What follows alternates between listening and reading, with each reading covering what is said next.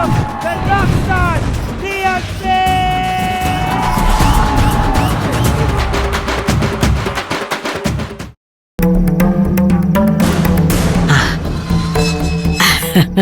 சத்யா, ஐயோ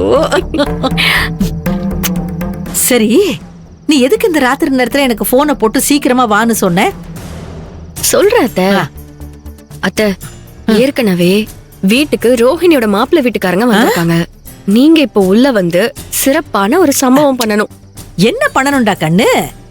அந்த மாப்பிள்ளை வீட்டுக்காரங்களை கிழின்னு கிழிக்கணுமா? நான் ஆடுற ஆட்டத்துல அவங்களுக்கு இந்த சம்பந்தமே வேணான்னு தலைதறிக்க ஓடணுமா? சொல்லு, என்ன பண்ணணும்? வீட்டுக்குள்ள பூந்து எல்லாரையும் விரட்டி அடிச்சிடவா?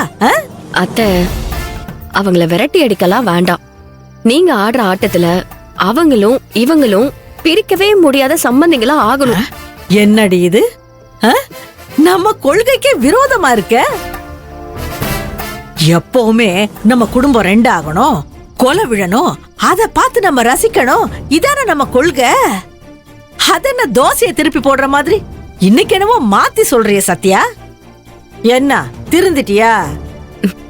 அத்த, நல்ல சந்தோஷமா கூடி கொலாவிக்கிட்டு இருக்கவங்கள பிரிச்சு வச்சு விளையாடி அதை வேடிக்கை பாக்குறது ஒரு சந்தோஷம்.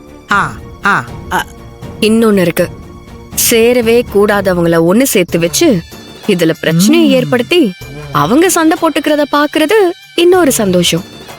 அதத்தான் நான் சொன்னேன். சத்யா கண்ணு, உன்கிட்ட இந்த விஷயத்துல அடிச்சுக்க ஆளே இல்ல. ஒரு பக்கம் கௌதம் கூட சேரணும்னு சொல்லி ரோகிணிய தூண்டி விட்டுட்ட. இன்னொரு பக்கம் ரோகிணிக்கு வீட்ல பாக்குற சம்பந்தத்தை இன்னும் நெருக்கமா ஆக்க சொல்ற.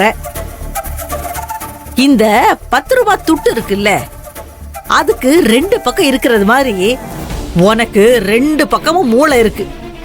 சொல்லு, இப்ப நான் உள்ள வந்து என்ன பண்ணணும் சொல்லு. அத்த, இப்போ நீங்க உள்ள வந்து அந்த மானங்கெட்ட குடும்பத்து மேல ரொம்ப அக்கறையா இருக்கிற மாதிரி கரிசனமா பேசணும். ஓஹோ, கௌரவம் அந்தஸ்து இதெல்லாம் விட்டு கொடுக்க முடியாதுன்னு சொல்லி பக்குவமா பேசணும். ஓஹோ, நீங்க பேசுற பேச்சுல மயங்கி போய் அந்த மாப்பிள்ளை வீட்டுக்காரங்க பிரபு கிட்ட வரதட்சணைய கேட்கணும். இதுதான் அத்த நான் எதிர்பார்க்கிற விஷயம். ஆஹா, அது இதுன்னு வாய் சவடாலா பேசி மாப்பிள்ளை வீட்டுக்காரங்களை வரதட்சணை கேட்க வைக்கணும், அதானே? அதேதான். அதெல்லாம் நான் சிறப்பா செஞ்சிருவேன் கண்ணு. அத்த, ஏற்கனவே அந்த ஆதிரையும் பிரபுவும் ரோஹிணி கல்யாணத்துக்கு அங்க இங்கன்னு ஏகப்பட்ட கடன் வாங்கி வச்சிருக்காங்க. நீங்க டிராமா பண்ணி மாப்பிள்ளை வீட்டுக்காரங்கள வரதட்சணை கேட்க வச்சுட்டா போதும். அந்த ஆதிரையும் பிரபுவும் அவமானப்படாம இருக்கணுங்கிறதுக்காக வீண் பெருமைக்கு வரதட்சணை கொடுக்கறத ஒத்துப்பாங்க. அப்படி அவங்க சம்மதம் சொல்லிட்டாங்கன்னா அதுக்கப்புறம் பாருங்க இந்த சத்யாவோட கோர தாண்டவத்தை. அவ்வளவுதானே, மத்ததெல்லாம் நான் பாத்துக்கிறேன். நம்ம உள்ள போலாம், வாடா கண்ணு. வா வா வா.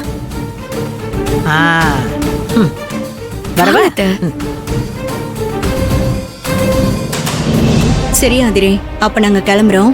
இப்பவே ரொம்ப நேரம் ஆயிடுச்சு.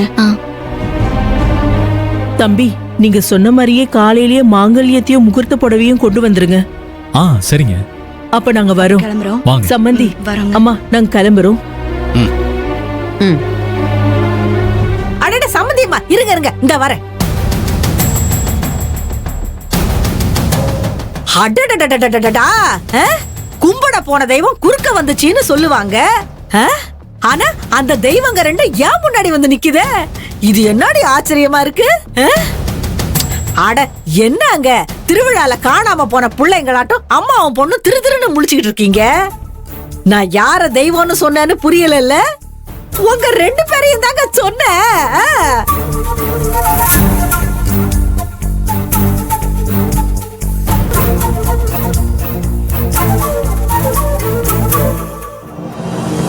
நீங்க என்னமா சொல்றீங்க?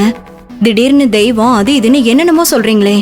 என்னென்னமோலாம் சொல்லல, நான் உண்மையத்தான் சொல்றேன். எங்க வீட்டு பொண்ணு ரோகிணிய உங்க வீட்டு மருமகளை ஆக்கிக்கிட்டு அவளுக்கு ஒரு வாழ்க்கை கொடுக்க போறீங்கல்ல.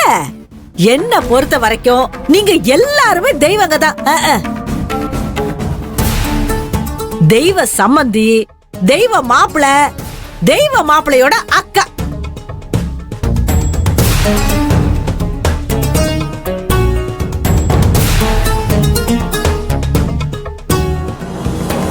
இவ என்ன நேரங்கட்ட நேரத்துல திடீர்னு வந்து பேயாட்டம் ஆடிக்கிட்டு இருக்கா?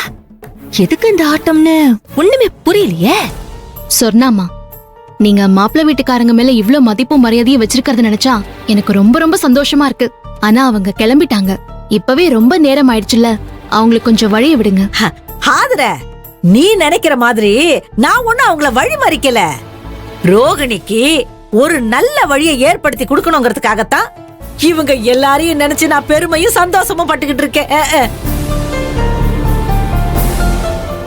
அத்தை, அவங்க கிளம்பட்டுமே. அட நீ இரு சத்யா கண்ணு, உனக்கு ஒண்ணும் தெரியாது. இவங்கள நானே பார்த்து பேசணும்னு நினைச்சுக்கிட்டு இருந்தேன். இவங்க இவ்வளவு நாள் ஆஸ்பத்திரியில இருந்ததுனால அங்க போய் நாம இவங்கள பார்த்து தொந்தரவு பண்ண வேணாம தான் பார்க்காம இருந்தேன். இப்ப பருத்தியே புடவையா காய்ச்சி தொங்குதுங்கிற மாதிரி இவங்களே இங்க வந்திருக்காங்க. இவங்க கிட்ட நல்லதான் ஒரு 4 வார்த்தை பேசினாதான் மரியாதையா இருக்கும். நீங்க என்ன சொல்றீங்க? நீங்க சொல்றதும் சரிதான். நான் சும்மா சொல்லலங்க, சத்தியமா என் மனசார சொல்றேன். எங்க ரோகிணிக்கும் உங்க புள்ள குமரகுருவுக்கும் கல்யாணம் நடக்க போகுது. அதுக்கு நாள் ஒண்ணு அதிகம் இல்ல.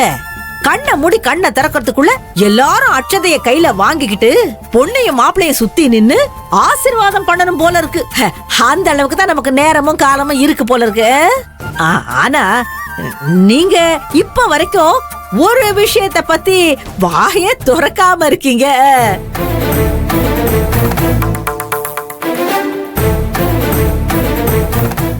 அத நினைச்சுதான் எனக்கு குழப்பமாவும் இருக்கு, உங்களை நினைச்சு பெருமையாவும் இருக்கு. சொர்ணா, நீ என்ன சொல்ற? எதை பத்தி சொல்ற? ஏமா, சின்ன ஜிருசங்களுக்கு தான் அத பத்தி எதுவுமே தெரியல, ஞாபகத்துக்கு வர மாட்டேங்குது. ஆண்டு அனுபவிச்ச மனுஷி தானே நீங்க. நீங்களும் அந்த முக்கியமான விஷயத்தை பத்தி மறந்துட்டீங்க. சரி, நானே என் வாயால சொல்றேன், என்ன பண்றது. நல்லது பண்ணணும்னு இறங்கினதுக்கு அப்புறம் நாளையும் யோசிச்சு பேசாம இருக்க முடியுமா? ஏமா, எங்க பொண்ணு ரோகிணிக்கு கல்யாணத்துக்கு நாங்க நகை நட்டுன்னு எவ்வளவு போடணும், என்ன பண்ணணும்னு நீங்க ஒரு வார்த்தை கூட சொல்லலையே. அத பத்தி தான் நான் கேக்குறேன்.